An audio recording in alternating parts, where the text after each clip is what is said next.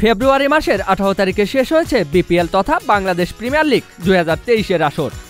ওই আসরে মাশরাফির সিলেটকে হারিয়ে কুমিল্লা ভিক্টোরিয়ান্স চতুর্থবারের মতো ট্রফি ঘরে তোলে।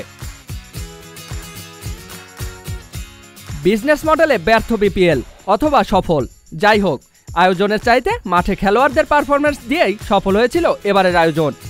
এবারের আসর থেকেই উঠে এসেছে তাওহিদ হৃদয়। তবে কতটুকু ছিল আয়োজকদের সফলতা? মোটা দাগে অনেক প্রশ্নই ছিল এবারের আয়োজনকে ঘিরে। ওদিকে পার্শ্ববর্তী দেশ ভারত আইপিএলকে আলাদা এক ব্র্যান্ড বানিয়ে নিয়ে গেছে অনন্য উচ্চতায়। বিপিএলকে আইপিএলের সাথে তুলনা করলে ভুল হবে। তবে আইপিএল তো দূরের কথা, আইপিএলের শুধু একটা ফ্র্যাঞ্চাইজির থেকেও পিছিয়ে আছে গোটা বিপিএল। ঠিক কী কারণে এখনও এত পিছিয়ে বিপিএল? ক্রিকেটে চলছে ফ্র্যাঞ্চাইজি লিগের রাজত্ব, আর সেই রাজ্যের এক রাজার নাম কেকেআর।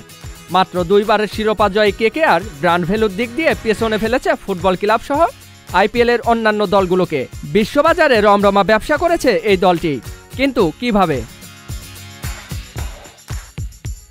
প্রশ্নটা কিভাবে না হয়ে কে করলো হলেই বেশি মানায়। উত্তরটা ভেঙ্কি মাইসোর। কে এই ভেঙ্কি মাইসোর? কর্ণাটকে জন্ম নেওয়া ভেঙ্কি মাইসোর হতে চেয়েছিলেন ক্রিকেটার, কিন্তু বাবার ইচ্ছে না থাকায় ছাড়তে হয় ক্রিকেটকে। এরপর এমবিএ শেষ করে ঢুকে পড়েন কর্পোরেট জগতে। 25 বছর ধরে কর্পোরেট জগতে কাজ করেছেন ভেঙ্কি। বড় বড় কোম্পানি ভেঙ্কিকে নিজেদের করার চেষ্টা করেছেন, কারণ একটাই, সেটা হলো ভেঙ্কি ব্যবসাটা বোঝেন।